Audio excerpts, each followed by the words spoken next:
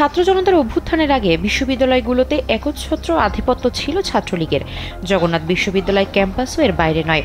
এই আধিপত্যের জেরেই ক্যাম্পাস ও ক্যাম্পাস সংলগ্ন দোকানপাটে চাঁদাবাজি, বাকি খেয়ে টাকা পরিশোধ না করা সহ নানা ধরনের অপকর্ম করেছে তারা। দলীয় প্রভাব খাটিয়ে বিশ্ববিদ্যালয়ের ক্যাফেটেরিয়া, ছাত্র শিক্ষক কেন্দ্র, টিএসসি ও এর আশেপাশের বিভিন্ন দোকান বা হোটেলে চাঁদাবাজি করতেন ছাত্রলীগের নেতাকর্মীরা।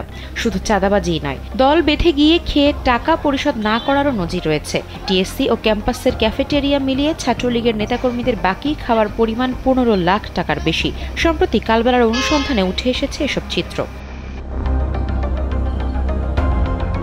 অনুসন্ধানে জানা গেছে, জবি টিএসসি সংলগ্ন আরামবাগ হোটেলে ছাত্রলীগের বিভিন্ন নেতাকর্মীর কাছে অন্তত 5 লাখ টাকা বাকি। বাংলাদেশের একমাত্র মাল্টিন্যাশনাল টাইলস ব্র্যান্ড আরএকে সিরামিক্স। এর মধ্যে সাধারণ সম্পাদকের অনুসারী মেহেদির কাছে অন্তত 1 লাখ ও মিরাজের কাছে প্রায় 50,000 টাকা পাওনা রয়েছে। জানা গেছে, ছাত্রলীগের সাধারণ সম্পাদক প্যানেলের নেতা মেহেদি তার অনুসারীদের খাবার খেতে পাঠিয়ে ফোন করে বলে দিতেন এবং পরে বিল চাইলে অকথ্য ভাষায় গালাগাল করতেন। বাকি না দিলে ব্যবসা করতে দেবেন না বলেও হুমকি দিতেন।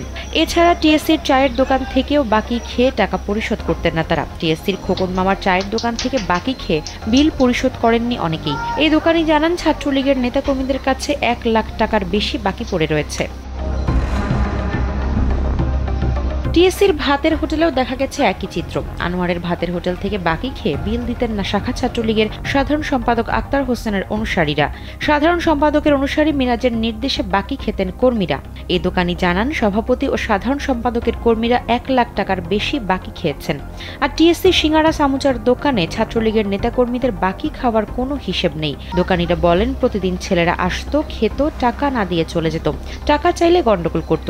বিশেষত সভাপতি প্যানেলের রবি এবং মেহেদির লোকজন প্রতিদিন অন্তত 800 থেকে 1000 টাকার বাকি খেত। বিশ্ববিদ্যালয়ের একমাত্র ক্যাফেটেরিয়া থেকে গত 2 বছরে ছাত্রলীগের নেতাকর্মীরা 7 লাখ টাকার মতো বাকি খেয়েছেন। পরে আর টাকা দেননি। এখন তাদের সবাই পলাতক, ক্যাম্পাসে আসে না। ক্যাফেটেরিয়া সূত্র জানায়, জবির ক্যাফেটেরিয়ায় শাখা ছাত্রলীগের সভাপতি ইব্রাহিম ফরাজির নামে বাকি রয়েছে 1,88,000 টাকা এবং সাধারণ সম্পাদক SM আক্তার হোসেনের নামে বাকি রয়েছে 2,50,000 টাকা। ক্যাফেটেরিয়াতে বাকির হিসেবে নাম রয়েছে ছাত্রলীগের আরও 5 নেতাকর্মীর।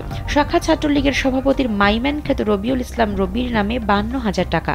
সাধারণ সম্পাদক আক্তার হোসেনের গ্রুপ লিডার খ্যাত মিরাজের নামে বাকি রয়েছে 75,000 টাকা। আর সহসভাপতি মেহেদি হাসান বাবুর নামে বাকি 55,000 টাকা।